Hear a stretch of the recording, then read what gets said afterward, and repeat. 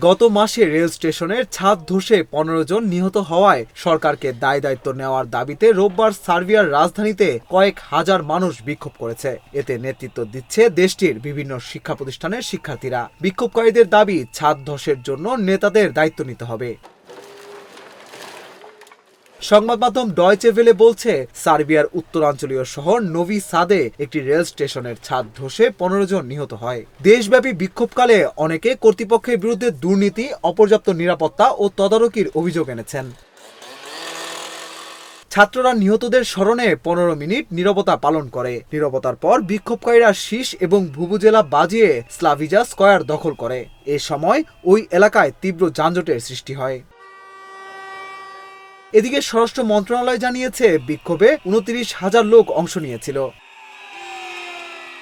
বিক্ষোভকারীরা রাষ্ট্র হলো শিশুদের সম্পত্তি এবং বিক্ষোভ হলো পরীক্ষা লেখার সম্বলিত ব্যানার নিয়ে প্রধানমন্ত্রী ও নোভি সাদের মেয়রের পদত্যাগ দাবি করেছেন। একই সঙ্গে তারা দায়ী ব্যক্তিদের বিরুদ্ধে আইনানুযায়ী শাস্তিমূলক ব্যবস্থা নেওয়ার দাবি জানিয়েছেন।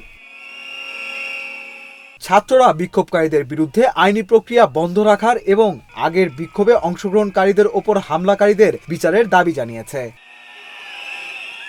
এদিকে বিক্ষুব্ধ ছাত্রদের শান্ত করার জন্য কর্তৃপক্ষ গত কয়েক সপ্তাহ ধরে বিভিন্ন ধরনের ভর্তুকি দেওয়ার প্রতিশ্রুতি দিয়ে আসছে। সরকার শুক্রবার শীতকালীন ছুটি ঘোষণা দিয়ে শিক্ষা প্রতিষ্ঠান বন্ধ করে দিয়েছে।